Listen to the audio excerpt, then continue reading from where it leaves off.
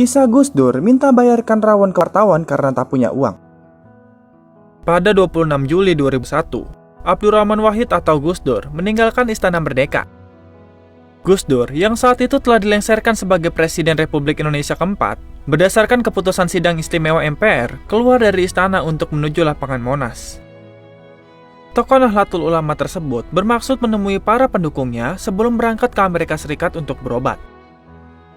Peristiwa 22 tahun tersebut diceritakan kembali oleh wartawan senior harian Kompas, Joseph Osdar, yang ketika itu bertugas di istana. Osdar menuturkan, Gus Dur tetap tenang setelah MPR memutuskan menghentikan jabatannya sebagai presiden. Berbeda dengan para pendukungnya yang mengungkapkan kesedihannya, pria kelahiran Jombang tersebut justru tampak santai. Bahkan, Gus Dur masih sempat menceritakan hal-hal yang lucu kepada tamunya juga kepada wartawan yang bertugas di istana. Osdar sendiri sempat bertanya kepada Gus Dur, "Gus, nanti bagaimana setelah tidak jadi presiden?" Tanya Osdar menceritakan percakapannya kepada Gus Dur. Menjawab pertanyaan itu, Gus Dur justru menyinggung soal makan. "Ah sudah, nanti kita ngobrol-ngobrol di Cianjur sambil makan," kata Osdar menderukan jawaban Gus Dur.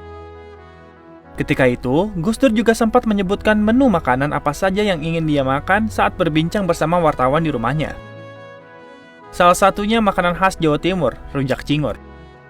Bahkan, Gus Dur sempat melontarkan lelucon bahwa setelah tak jadi presiden, dia akan sulit melakukan kebiasaan makan secara diam-diam di mobil dinas. Sebab, keluarga pasti akan lebih ketat memperhatikan asupan makanannya karena kondisi kesehatannya. Osdar menceritakan, Gus Dur memang gemar menyantap cemilan. Wartawan yang bertugas di Istana Kepresidenan pun sering diajak berbincang sambil makan kacang asin atau kacang rebus. Saat berbincang santai seperti itu juga dimanfaatkan wartawan untuk menanyakan beberapa isu kepada Gus Dur. Tak hanya itu, diam-diam ayah Yeni Wahid itu juga sering makan saat berada di perjalanan naik mobil dinas. Gus Dur memang sering minta dibelikan makanan, cemilan gitu. Nanti diam-diam dimakan di mobil dinas, tutur Osdar. Cemilan yang sering dikonsumsi adalah kacang asin, kacang rebus, dan surendeng. Menurut Osdar, yang sering berbincang akrab dengan Gus Dur, pria berjuluk Bapak Pluralisme itu memang gemar menyantap makanan asin dan gurih. Makan di mobil dinas dilakukan Gus Dur agar tidak terpantau oleh keluarga maupun dokternya. Sebab kondisi kesehatan mengharuskan Gus Dur menjaga makanan yang dikonsumsinya sehari-hari. Minta dibelikan rawon, lahir di Jawa Timur membuat Gus Dur menggemari makanan khas dari provinsi tersebut. Saat menjadi Presiden Republik Indonesia, Gus Dur sering menitip kepada supirnya untuk dibelikan makanan khas Jawa Timur. Salah satunya yakni lontong kupang khas Sidoarjo.